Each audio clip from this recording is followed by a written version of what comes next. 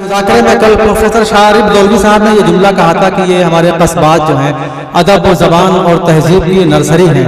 اسی نرسری سے بہت سے ایسے پودے نکلتے ہیں جو قداور درخت بنتے ہیں.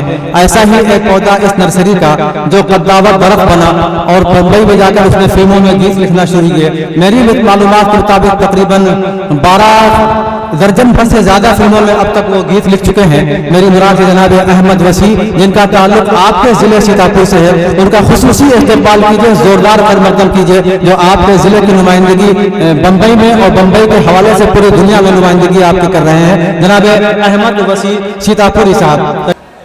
سنیے کہ بند مکان پھول کے جیسے کھلے کھلے ہو تازہ ہو. بند مقام میں پھول کے جیسے کھلے کھلے ہو تازہ ہو. گھر سے باہر نکلو تو کچھ موسم کا اندازہ ہو. گھر سے باہر نکلو تو کچھ موسم کا اندازہ ہو. اور سب سے کٹ کے ہی رہنا ہے تو ایسا گھر ڈھونڈو جس میں کوئی روشن دان نہ کھڑکی نہ کوئی دروازہ ہو. کوئی روشن دان نہ کھڑکی نہ کوئی دروازہ ہو. اب غزل کے چند شعر پیش کر رہا ہوں کہ نہ ہو شہرت تو گمنامی کا بھی خطرہ نہیں ہوتا. نہ ہو شہرت تو گمنامی کا بھی خطرہ نہیں ہوتا. بہت مشہور ہونا بھی بہت اچھا نہیں ہوتا.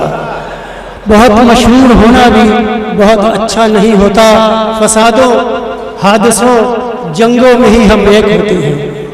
فسادوں حادثوں جنگوں میں ہی ہم ایک ہوتے ہیں. کوئی آفت نہ آئے تو کوئی اپنا نہیں ہوتا. کوئی آفت نہ آئے تو کوئی اپنا نہیں ہوتا. سمجھنے لگتا ہے دنیا کو بچہ پیدا ہوتے ہی. سمجھنے لگتا ہے دنیا کو بچہ پیدا ہوتے ہی. اب اس دنیا میں بچہ بن کے وہ پیدا نہیں ہوتا. اب اس دنیا میں بچہ بن کے وہ پیدا نہیں ہوتا. اور برستا ٹوٹ کے دیوانہ وار اس پیاسی بستی پر. برستا ٹوٹ کے دیوانہ وار اس پیاسی بستی پر.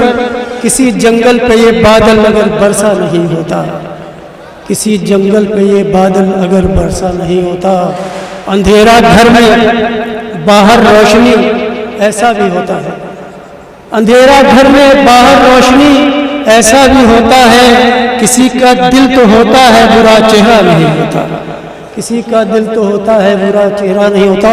اور کرونا سے پہلے کا شعر ہے کہ ملا لیتا ہے میلا ہاتھ مل کر کوئی بھی لیکن. ملا لیتا ہے میلا ہاتھ مل کر کوئی بھی لیکن. ملاتا ہے نظر وہ جس کا دل میلا نہیں ہوتا. ملاتا ہے نظر وہ جس کا دل میلا نہیں ہوتا. اور کبھی احمد وسیع شعروں میں رنگ میر آ جائے. کبھی احمد وسیع شعروں میں رنگ میر آ جائے. ہم ایسا چاہتے تو ہیں مگر ایسا نہیں ہوتا. ہم ایسا چاہتے تو ہیں مگر. ایک چھوٹی سی نظم پیش کر رہا ہوں. دیکھیے آج کے گلوبلائزیشن کے زمانے میں ہماری بہت سی قدریں ختم ہو رہی ہیں. ان میں سے ایک ہے خط نویسی. پہلے خط لکھے جاتے تھے اور ایک طرح کا جذباتی لگاؤ ہوا کرتا تھا. آج وہ چیز ختم ہو رہی ہے. اور اس نظم کا عنوان ہے دنیا کتنی سمٹ گئی ہے. پہلے ہم یہ سنا کرتے تھے کہ یہ دنیا بہت بڑی ہے.